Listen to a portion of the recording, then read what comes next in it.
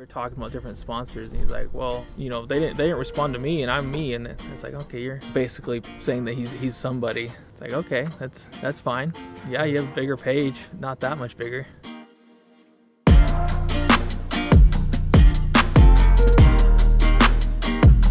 Yeah, people, I think, just put too much stock in Instagram. Instagram's a cool tool because you can share your experiences, you can share your build, you can get ideas off people. Do you mind coming up here? I wasn't planning on recording this, but then you start talking about stuff that's... Let's get the real scoops, because it always seems like, I think you're right, you know, it's just Instagram. It's fun to share pictures, and community's pretty receptive. I've noticed on Facebook groups, I'll ask a question, or you see people responding to questions and they're like, you're dumb, how come you don't know this? Go Google it, right? That's the general response on Facebook groups. And I'm probably oversimplifying and generalizing. Nonetheless, on Instagram I find that people are like more apt to say, hey, this was my experience, and then they start DMing you, and then you actually get to know somebody in a more personal way. And that's kind of what I enjoy out of it, and that's what I found valuable from it so far, is that I actually get to connect with new people, and whether or not they're my audience or not, it's definitely making connection with different people throughout the world more than it is a sales platform for me. I agree. And I think that's the biggest and probably the best part about Instagram is the community. I've been doing Instagram for a while. I've never had real big pages or anything, but I always found that's really the reason I always came back and always started a social media account for whatever I was into at the time, was that sense of community. Okay. With motorcycle racing, along with Overland, you have a very receptive community, and for the most part you do end up with some people that have egos, but a lot of it's very just like, hey, we all enjoy this, let's get along, let's be a part of that community. I'm also fairly into firearms, and that community is about as stupid as it can get. They're just constantly fighting each other. And it's like it's all ego and all how cool can I look, and one-upping each other. Right. There's people on there that's not like that, and those are the people I usually associate with as far as that community goes. Right. But people, they make it's even sometimes with their builds, it's all kind of about them. They want to be showy, and trying to promote, trying to grow on Instagram, there is a level of that, of trying to put out good content and get engagement and stuff. But ultimately, it's kind of what's your end goal for that. Right. For me, it's like, okay, grow the page, grow a community, and reach out and get to know people. And it's been really great. I got to know a guy that's a follower of mine. His Instagram is over_ram, and he's a very nice guy. Name's Ryan. These Carly springs came from him. He had them on his Ram. He had a long bed too. He wanted a little bit extra clearance, and so I think he went with some BDS springs. And the guy offered. Anyways, I bought them off him for $150 used, and then he's like, hey, I got these Bilstein shocks. They're not like the best thing, but since I really just need something to get me through an interim period until I put on something bigger and I figure out exactly the kind of clearance and articulation I can get out of the Ram, and get something custom made for me, these work. It saved me $300 or whatever, plus the springs were new springs are $300, and right. And they're nearly new. I think he put 5,000 miles on them. He didn't put a lot. Yeah. And this is weird because I also thought the transition to YouTube, so I've kind of backed off of my Instagram by about 90%, and basically focusing that extra resource onto YouTube now has really given me a clarity of what community I do find on YouTube. And it seems that maybe it's just the genre or the niche that we're inside of, but people seem to be very receptive of of Overland content overall. There's a lot less like flaming and just negativity around it seems like, although there's one of you out there that still thumbs down every single video of mine, so as long as you're watching the whole thing, thank you very much. Right? That's right. That's right. But you know, it's good, and I think that has also become a place of positive discussion on how to build. And I've also met people on there, and we've imparted knowledge to each other. And it's just been fun. So, well, that's an awesome thing. You two have definitely never really taken part in the community there, but for the most part, I think you find very similar ideals as far as overland community on most platforms. Yeah, there's I think the only real negativity I've mostly experienced is, you know, sometimes you'll have I've had people basically not like the fact that I have a Ram pickup truck and I'm going overlanding. They're like, oh, those can't do that. And I'm like, well, sorry to burst your bubble. Yeah. I even had a guy be like, oh, well, Hell's Revenge isn't that hard. It's an easy trail. So no wonder you made it through there. It's like, well, okay. I don't know how easy it is getting a 20-foot long truck through Hell's Revenge. I found it challenging at spots. Yeah, I would think so. I mean, from general knowledge, it seems like at least it's over a 5 on challenging. Yeah. But it's... Yeah, and I know for me, you know, I did some trails in California that were, I think, a 4. And Hell's Revenge is considered, I think, a 6. And their ranking system out in Moab's definitely a bit different than you find most places. Is it really? Our top of the world's a 5, and I wouldn't say it's not as necessarily risky as much as it is just constant crawling over boulders, up ledges, and but it's fun. So where do you think you'll go next? What's your next big adventure? Next big adventure, you know, I don't really have that totally planned out yet. Me and the wife have talked about going up into Idaho and maybe into Montana. So that's probably where our next big adventure. I do want to get out to Moab again this year, but that's purely for wheeling purposes. Yeah, that's what I'm thinking. More Idaho. We'd also like to get out back into the Ochiko Forest here in Oregon. That's kind of where we went our first trip, and it's really gorgeous out there. Not really technical. There's nothing really challenging about it, but it's a very pretty, relaxed way to travel and see the state. Yeah, absolutely. So for the type, you said you like moderately difficult trails. Do you think your truck is built up to handle those trails yet, or do you think there's still more to do? In my opinion, there's always more to do. Right. But you know, I did Hell's Revenge in a stock Ram that had a 2-inch spacer in the front, and the rear was.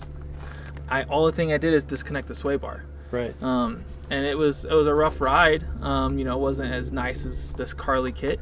Definitely didn't articulate as well as this will. It did it, and it did it just fine. You know, I want to get lockers, and that's definitely high on my list to get. But a limited slip was able to get me through the only spot I got really cross-flexed and was lifting wheels. And that's where that picture came from, me smushing a tire. Yeah. I was climbing that ledge, and I was really flexed out. It's amazing what these trucks can do right out of the factory. How did you, and this is definitely for, so I'm working on different series, and it's taken a lot of research, and it's going to take a lot of effort to actually bring it to fruition. But I'm going through the steps of like how I got from the couch to being out in just amazing places, because I feel like there's a big community out there they bought this stuff, they watch their favorite producer or content creator, and they're like, I can do this.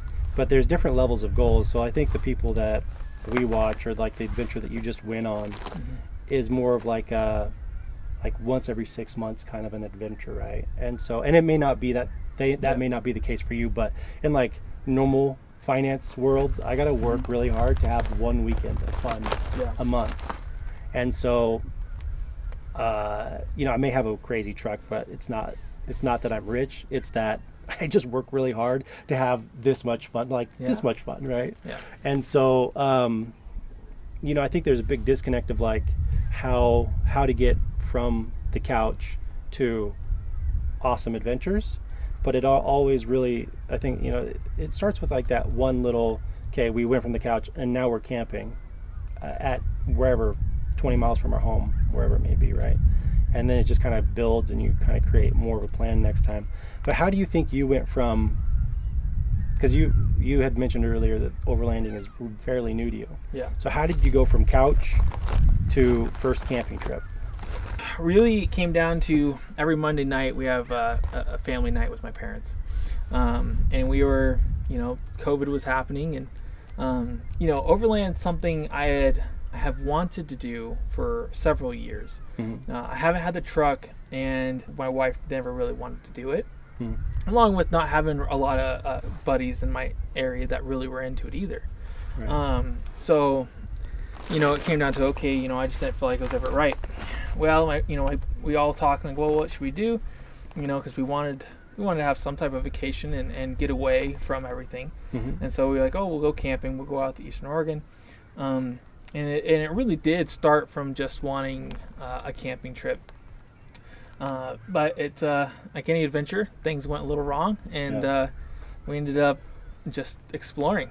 We had gotten the tent and the rack, and we set off for Bend area, and started going out there. And we found a nice spot to camp the first night, and it was only a few nights we were out there. But the next day we had planned to go to this one campground, maybe 20 minutes away from that first night. First night we were dispersed camp. There was nothing there, and we ended up finding out that was full. And we park ranger was like, well, you could go all over all these old forest roads to this campground and figure out where we were going. And we ended up taking this one road that I don't know how they pulled a travel trailer through it, but it was all rutted out, and it was something it was something else.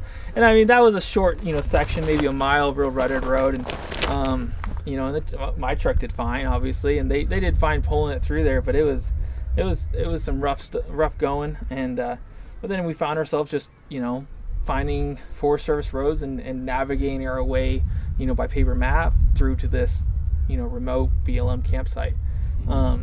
And we stayed there for a couple nights, and it was no cell service. We're the only ones there for the first night, and then one person showed up and camped across the park and can't really see him the second night. And that's kind of how it started. And then me and my wife were like, well, that was fun, let's go to the beach one weekend. So we went and camped a night down at the beach, took a longer trip out Eastern Oregon again, but more southeast, and went out to the Steens Mountains and just explored the desert out there. Oh, cool. And that's when she was 8 months pregnant. So it sounds like you just needed to get out and camp, and you just kind of got bit and you loved it, and you just continued. Yeah, and I think the biggest thing is going on a pretty regular camping trip that turned into a bit of an adventure, because things weren't, campgrounds were full. That's all it took, and it was enough to be like, this was really fun. This was really fun, and we just wanted to keep doing it. And so we have. That's excellent. And, I recall you saying you run between 10,000 and 11,000 pounds when you're fully loaded. What kind of fuel mileage are you getting on 37s? On highway fuel mileage. On highway, varies very weirdly enough, very much depending on where I'm going. If I'm driving up to Portland from Medford, it gets I'm doing a lot of mountain passes, so 15-ish. Okay. When we went out to Utah, I topped out around 17.9 miles per gallon or so on the highways out there. Yeah. And going east from here, you don't end up with a lot of real big mountains you're going over. Right. And just smaller stuff. And so it did really well on 37s at almost 11,000 pounds.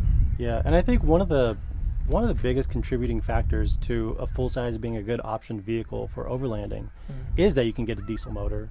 Yeah. I mean, yes, now the Jeeps come with a diesel, but you still don't have the payload capacity that you would have in a larger truck. And I think the biggest difference is, well, okay, I don't have the clearances now that I would have in a Jeep, but if we put big enough tires and you put the right bumpers on a truck, then your clearances are a lot better. So I personally wouldn't go with a long bed just because I like a little bit narrower stance. It's okay, I wouldn't go with a long bed if I was going to buy a truck right now either. Yeah. But I love the idea of the diesel because, if you want to jump from 8 to 10 miles per gallon in a gas truck versus 15 to 18 in a diesel, and our trucks weigh about the same. I think I'm about 1,000 pounds lighter than you. I mean, I'm sold on a diesel all day long with that. Yeah, and they have just tons of power. Right. You know, I haven't re-geared my truck. A lot of people don't re-gear going to 40s even. It's something I do want to re-gear when I go to 40s, but it's not something I feel like I have to do before I do it. Right. I'll probably just do a hydro assist and then put 40s on it. Well, Micah, I really appreciate you showing me your truck today. Thank you. Thank you. If you guys want to check him out, it's Oregon_trail at Instagram, and you can check out all of his build details there. And I'm going to go ahead and leave links down below so you can find his Instagram really easy. We're also going to leave links down below so you can find some of the equipment that he has on his truck for your vehicle. I'm Huston with WolfPac-Outdoors. I'll holler at you later.